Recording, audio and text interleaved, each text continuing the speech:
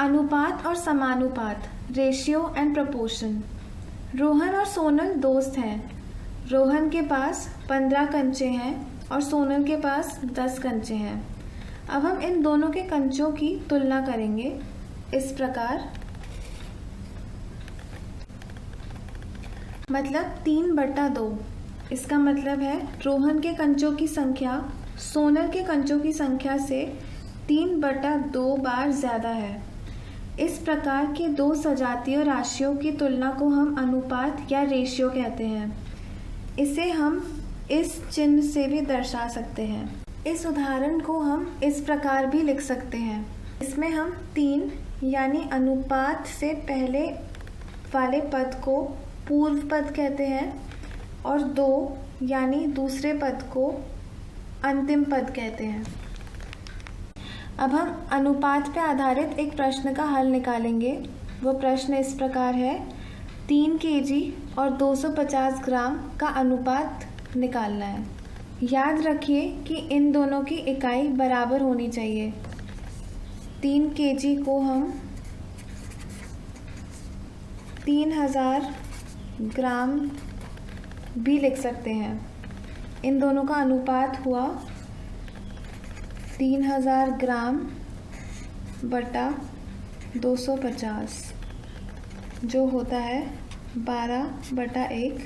इसको हम इस रूप में भी लिख सकते हैं। अब हम पढ़ेंगे समानुपात यानी कि प्रपोर्शन के बारे में। नेहा ने 6 पेन खरीदे और एक पेन की कीमत 8 रुपये थी। तान्या ने 10 पेन खरीदे जिसमें एक पेन की कीमत 8 रुपये थी। नेहा के 6 पेन की कीमत हुई 48 और तान्या के 10 पेन की कीमत हुई 80। अगर हम नेहा और तान्या के पेन की संख्याओं का अनुपात निकालते हैं तो वह होगा 6:10, जिसको हम 3:5 के रूप में भी लिख सकते हैं। और अगर हम दोनों के पेन की कीमतों का अनुपात निकालते हैं तो वो होगा 48:80, जो होगा 3:5। इससे यह सिद्ध होता है कि इन दोनों अनुपात की कीमत एक समान है, यानी कि 6:10 और 48:80 एक समान है। अनुपात की इस समानता को हम समानुपाती कहते हैं। समानुपाती को हम इस प्रकार भी लिख सकते हैं।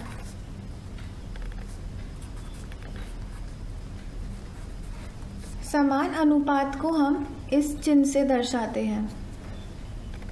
इन 4 राशियों में प्रथम व अंतिम राशि को हम बाह्य पद कहते हैं और मध्य की 2 राशियों को हम मध्य पद कहते हैं। अगर A, B, C और D 4 समानुपाती राशियां हैं, हम उसको समानुपात के रूप में ऐसे लिखेंगे,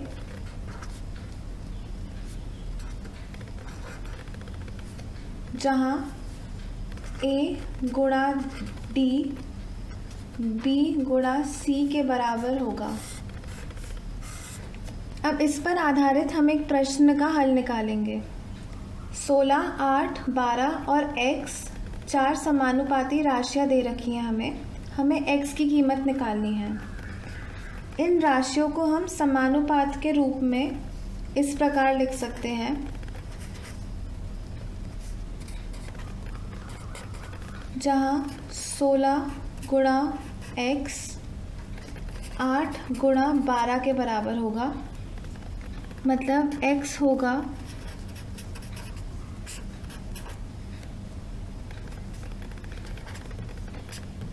इससे हमें x की कीमत मिलती है जो है 6। आज हमने पढ़ा, जब 2 सजातीय राशियों के संबंध को इस प्रकार प्रकट किया जाए कि एक राशि दूसरे से कितनी गुणी है या राशि दूसरे का कौन सा भाग है, तो इस संबंध को हम अनुपात या रेशियो कहते हैं।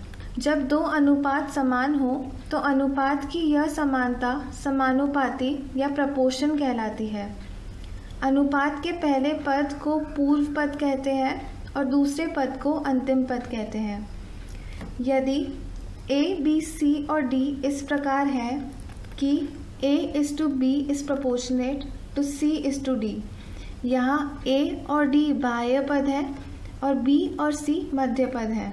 इसमें A गुणा D B गुणा C के बराबर होगा।